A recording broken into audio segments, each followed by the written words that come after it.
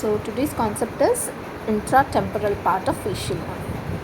Very important question, and before going to the topic, let's know some basics. That facial nerve is a mixed nerve.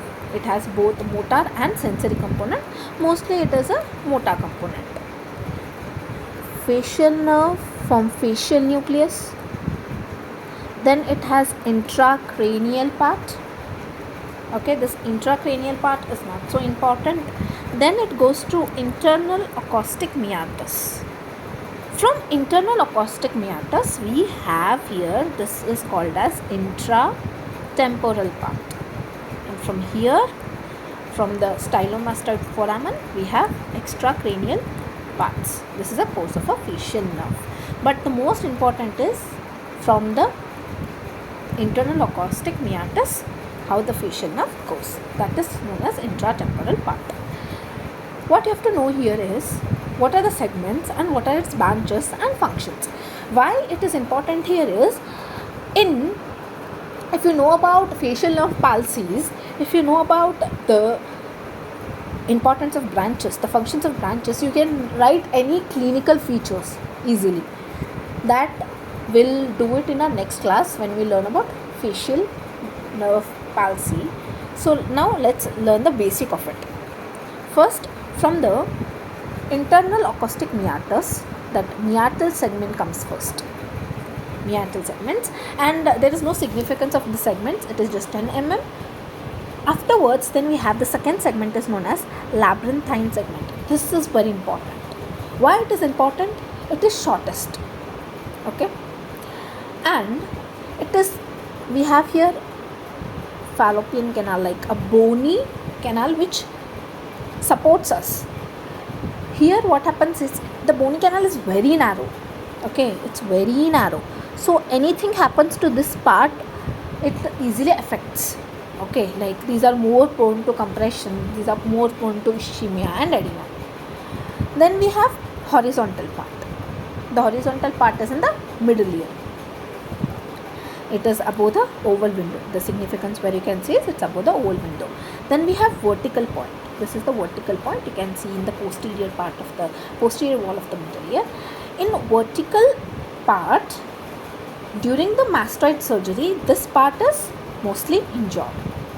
Okay, this is your basic, and you must know like what are the parts of intratemporal parts of facial nerve. But why we are learning about it is a question mark. See, listen,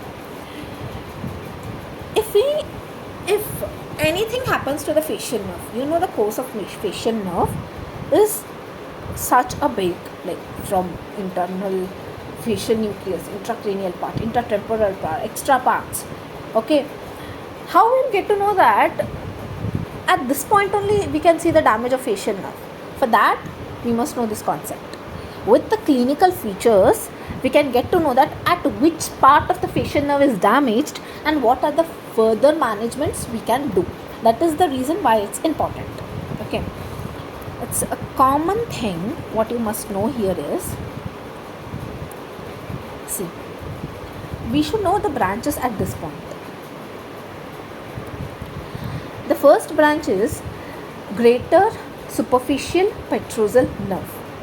It comes here, the greater superficial petrosal nerve. What it supplies, nerve supply for lacrimation, nasal and palatine secretions. Whenever injury happens to this part, you have dry eyes because its part is lacrimation, nasal and palatine secretion.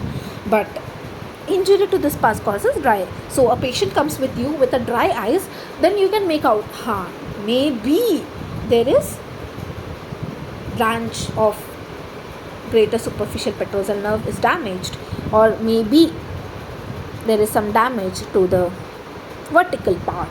You can remember such things. That is the reason why the branches are important.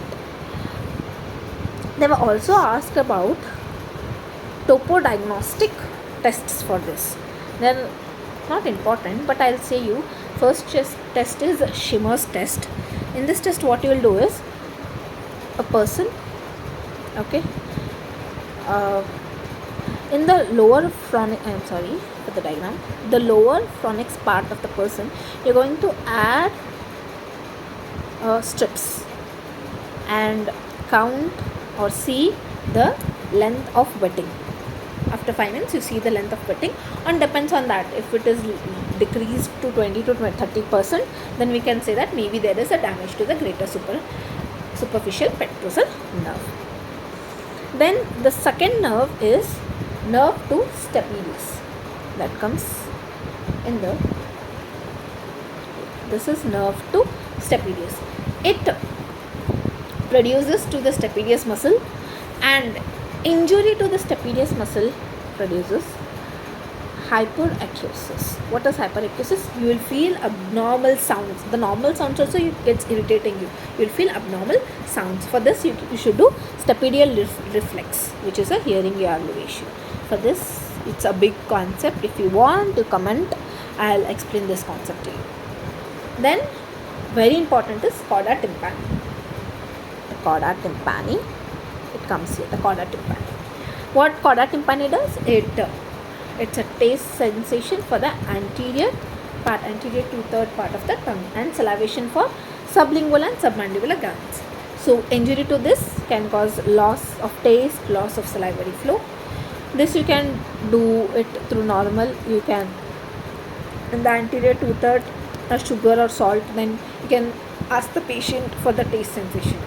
Okay. Then posterior auricular nerve. That posterior auricular nerve comes at extracranial part here. Okay, it supplies the external caustic yatus. Okay, this is a basic of your intratemporal part. You must know what are the parts, what are the branches, and what they supplies. Injury to this causes what a patient come with the complaints of. So this is, and in the next topic I'll explain you about facial nerve palsy, Bell's palsy, where you will learn about usage of these things, so you'll understand it better.